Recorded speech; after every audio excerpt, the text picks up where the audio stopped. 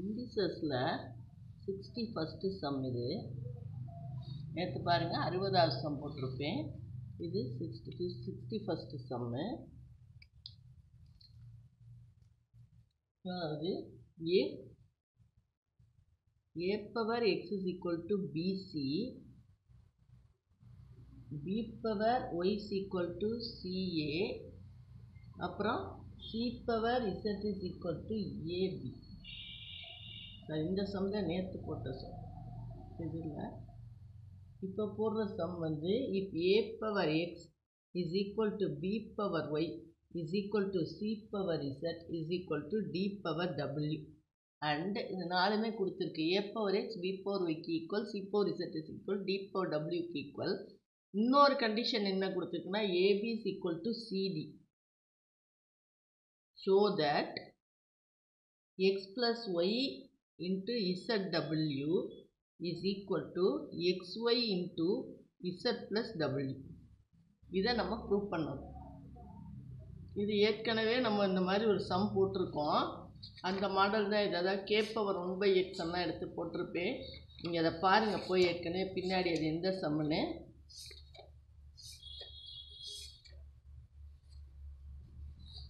ஏற்கனவே உள்ள வீடியோவில் போய் பாருங்கள் அது எந்த சம்மில் போட்டிருக்கேன்னு. இந்த இருக்குல்ல 44th சம் மாடல். அந்த 44th சம் மாடலில் உங்களுக்கு 3 தான் கொடுத்துருக்கோம். இதில் 4 கொடுத்துருக்கு, அவ்வளோதான் வித்தியாசம். இந்த 44th சம் மாடல் தான் இது. இதில் வந்து இப்போ என்ன கொடுத்துருக்குன்னா a பவர் x வந்து b பவர் ஒய்க்கு ஈக்குவல், c பவர் இசட்டுக்கு ஈக்குவல், d பவர் டபிள்யூக்கு ஈக்குவல். இது எல்லாமே கேங்கிற ஒரு கான்ஸ்டன்ட்டுக்கு ஈக்குவல்னு எடுத்துக்கிறோம். அதாவது a பவர் எக்ஸு கேக்கு ஈக்குவல்னு எடுத்துக்கிறோம். இதுலேருந்து எக்ஸ் வந்து a வந்து k பவர் 1/x அப்படின்னு கொண்டு வரோம். அது மாதிரி b பவர் ஒய்யும் கேக்கு ஈக்குவல், b பவர் ஒய்யும் கேக்கு ஈக்குவல். இதுலேருந்து b வந்து k பவர் 1/yன்னு கொண்டு வரோம். c பவர் இசட்டும் கேக்கு ஈக்குவல். இதுலேருந்து c வந்து k பவர் 1/zன்னு கொண்டு வரோம். அது மாதிரி d பவர் wவும் கேக்கு ஈக்குவல். இதுலேருந்து d வந்து k பவர் 1/wன்னு கொண்டு வரோம். அடுத்து செகண்ட் கண்டிஷன் என்ன கொடுத்துருக்கு? செகண்ட் கண்டிஷன் என்ன? ab இஸ் ஈக்குவல் டு சிடின்னு கொடுத்துருக்கு. ab இஸ் ஈக்குவல் டு சிடின்னு கொடுத்துருக்கு. ஏக்கு பதிலாக k பவர் 1/x போடணும், பிக்கு பதிலாக k பவர் 1/y போடணும், சிக்கு பதிலாக k பவர் 1/z போடணும், டிக்கு பதிலாக k பவர் 1/w போடணும். இது ரெண்டும் பேஸ் கே மல்டிப்ளிகேஷனில் இருக்குது. அதனால் ஒரு k போட்டு பவர்ஸ் ஆட் பண்ணலாம். 1/x plus 1/y. அதே மாதிரி இதையும் பவர்ஸ் ஆட் பண்ணலாம். 1/z plus 1/w. இப்போ என்னாச்சுன்னா இது ரெண்டும் பேஸ் ஒரே மாதிரி இருக்கிறதுனால பவர்ஸை ஈக்குவேட் பண்ணலாம். 1/x plus 1/y is equal to 1/z plus 1/w அப்படின்னு பவர்ஸை ஈக்குவேட் பண்ணலாம். இதோட இது மாதிரியும் ப்ரூவ் பண்ண சொல்லலாம். இல்லது இதை இன்னும் சிம்பிளிஃபை பண்ணி தான் நம்ம கேட்டிருக்கு. இதை இப்படியே கூட விட்டு ப்ரூவ் பண்ண சொல்லலாம்.